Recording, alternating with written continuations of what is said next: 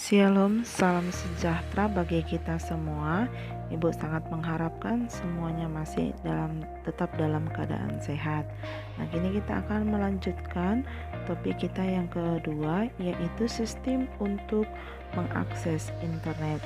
Nah, semuanya simak video kita ini dengan baik-baik. Pada dasarnya, internet merupakan sebuah jaringan komputer di seluruh dunia. Nah, tahukah kamu apa yang dimaksud dengan jaringan komputer? Apa manfaat jaringan komputer? Di mana saja dapat kita temui jaringan komputer? Nah, pada bab ini kita akan menguraikannya yang berkaitan dengan jaringan komputer secara garis besar. Pada dasarnya, semua jenis komputer dapat digunakan untuk mengakses internet. Berjuta-juta komputer, bahkan lebih, telah terhubung dengan internet.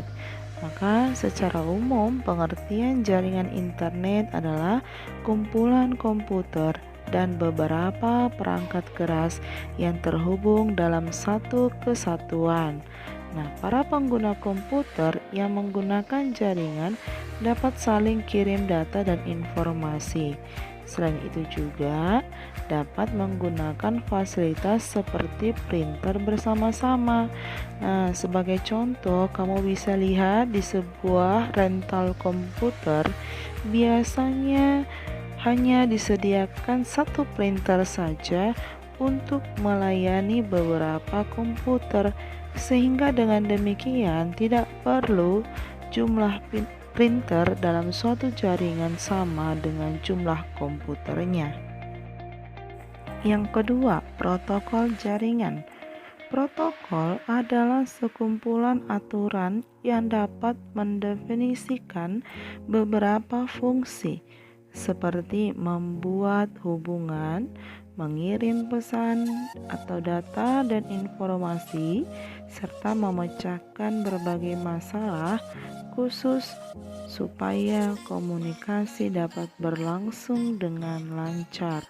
Nah, jaringan yang membentuk internet bekerja berdasarkan protokol standar yang disebutlah itu dengan TCP atau IP. Nah, jaringan ini digunakan untuk menghubungkan jaringan komputer dan mengamati lalu lintas dalam jaringan. Yang ketiga, topologi jaringan. Ini adalah pola hubungan antar komputer dalam suatu jaringan. Nah, topologi jaringan komputer ini terdiri atas 3. Yang pertama ada topologi bus, yang kedua topologi ring, yang ketiga topologi star. Yang ke-1, topologi bus ini itu adalah semua komputer terhubung ke jalur komunikasi utama. Nah, informasi yang dikirim akan melalui semua terminal pada jalur komunikasi utama tersebut. Nah, ada keuntungan dari topologi bus ini adalah menghemat jumlah kabel yang digunakan, rangkaian jaringan sederhana, mudah dikembangkan. Nah, ada juga kerugiannya, yaitu terjadi kepadatan lalu lintas data. Nah, jika terjadi kerusakan pada salah satu jalur komunikasi utama, maka jaringan tidak dapat berfungsi. Saat ini topologi bus sudah jarang digunakan lagi. Yang kedua, topologi ring. Pola topologi ring ini merupakan cara menghubungkan komputer sehingga membentuk lingkaran atau loop. Setiap informasi yang diperoleh diperiksa alamatnya oleh terminal yang dilewati. Jika bukan untuknya, informasi dilewatkan sampai menemukan alamat yang benar. Nah, keuntungan topologi ring ini adalah dapat menghemat kabel. Adapun kerugiannya yang rentan terhadap kesalahan dan jaringan sulit untuk dikembangkan. Yang ketiga, topologi star. Topologi star merupakan pola hubungan komputer yang terpusat. Komputer pusat akan menyediakan jalur komunikasi khusus untuk dua terminal yang akan berkomunikasi. Nah, sebagai contohnya, penggunaan topologi star ini adalah pada jaringan telepon. Nah, keuntungan menggunakan topologi ini itu adalah pengembangan jaringan mudah dan tidak mengganggu bagian yang lain. Kontrol terpusat sehingga mudah mendeteksi kerusakan dan kesalahan. Kerugiannya adalah kabel yang digunakan terlalu banyak sehingga terjadi pemborosan. Yang selanjutnya ada media transmisi. Media transmisi yang digunakan jaringan komputer sebagai sarana penghubung ini ada dua macam, yaitu yang pertama media transmisi menggunakan kabel. Hampir semua jaringan komputer yang ada saat ini itu menggunakan kabel sebagai sarana penghubung. Itu disebut dengan wired network. Nah, media ini memiliki keterbatasan jangkauan dan tidak efisien karena banyak memakai tempat untuk jaringan kabel. Jaringan kabel ini biasanya digunakan dalam area lokal, misalnya dalam satu gedung, antar gedung dalam satu lembaga pendidikan. Nah, bila sumber data dan penerima memiliki jarak yang tidak terlalu jauh, kabel memang dapat digunakan sebagai media transmisi.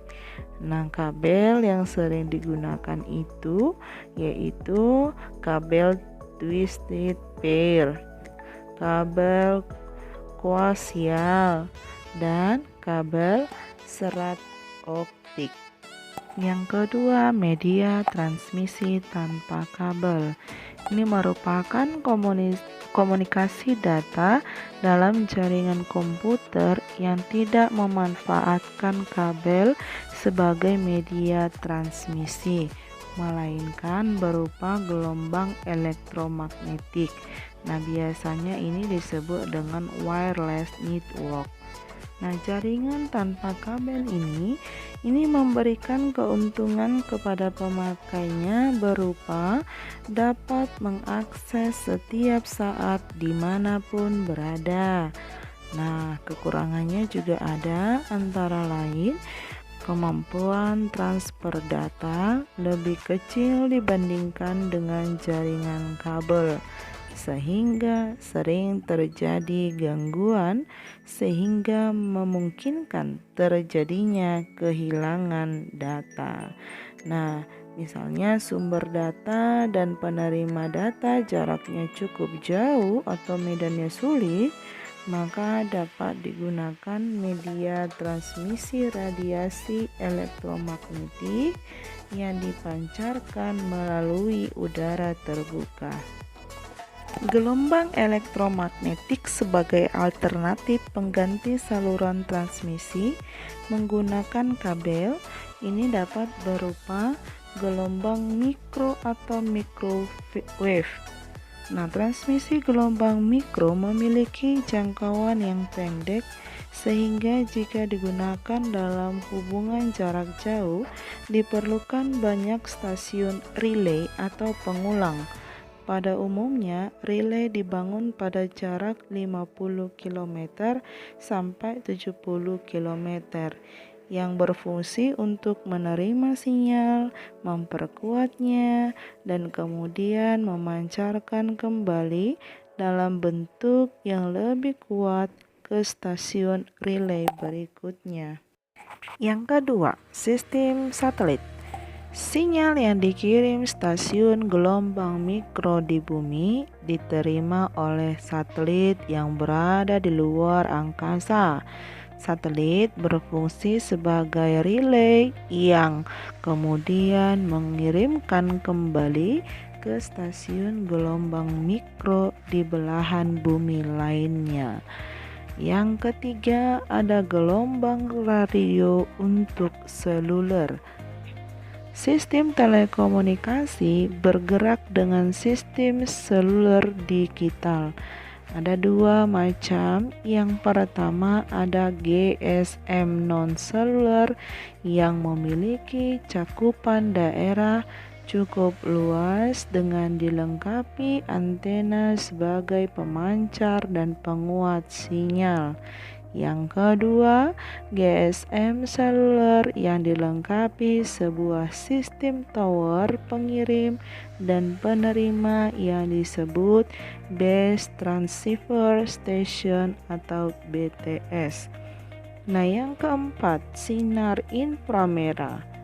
Teknologi ini memiliki sifat line of sight sehingga jika terhalang maka aliran data dan informasi akan terhenti serta mudah terinterferensi oleh sinar matahari. Contohnya ini penerapan pada teknologi remote control televisi. Yang kelima ada sistem sinar laser.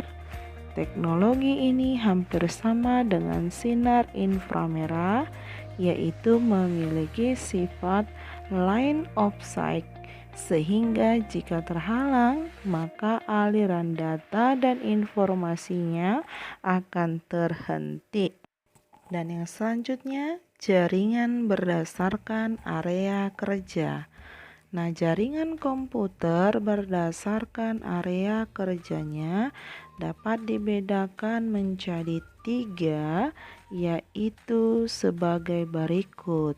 Yang pertama ada local area network atau disebut dengan LAN.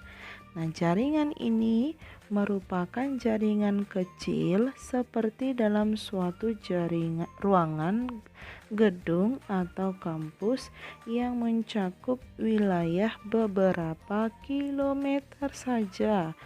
Nah, LAN ini sering digunakan untuk menghubungkan komputer-komputer dalam suatu perusahaan supaya setiap bagian dari perusahaan tersebut dapat saling berkomunikasi dan bertukar data.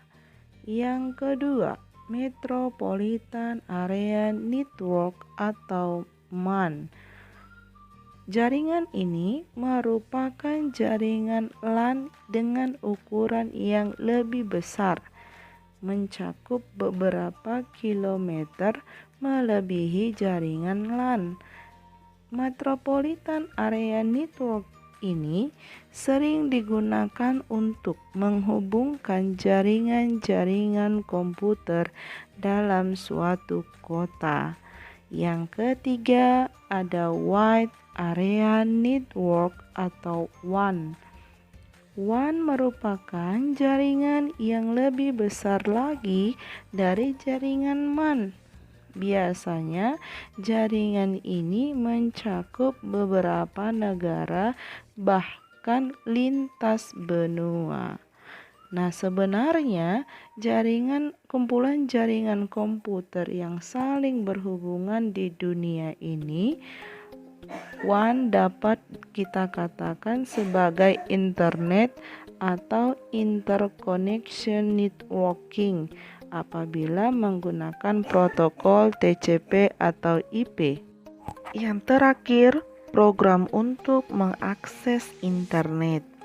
Program yang khusus digunakan untuk mengakses internet disebut dengan web browser atau browser. Lalu, browser yang cukup populer saat ini itu adalah Internet Explorer yang sudah satu paket dengan sistem operasi Windows. Nah, sedangkan browser yang lainnya ada Opera, Google Chrome, Mozilla Firefox, dan ini juga yang sering kamu gunakan ketika kamu ingin mendapatkan informasi-informasi penting dari internet. Demikianlah pembelajaran kita untuk bab kedua ini, sistem untuk mengakses internet. Semoga video kita ini bermanfaat untuk kita semuanya. Terima kasih dan shalom.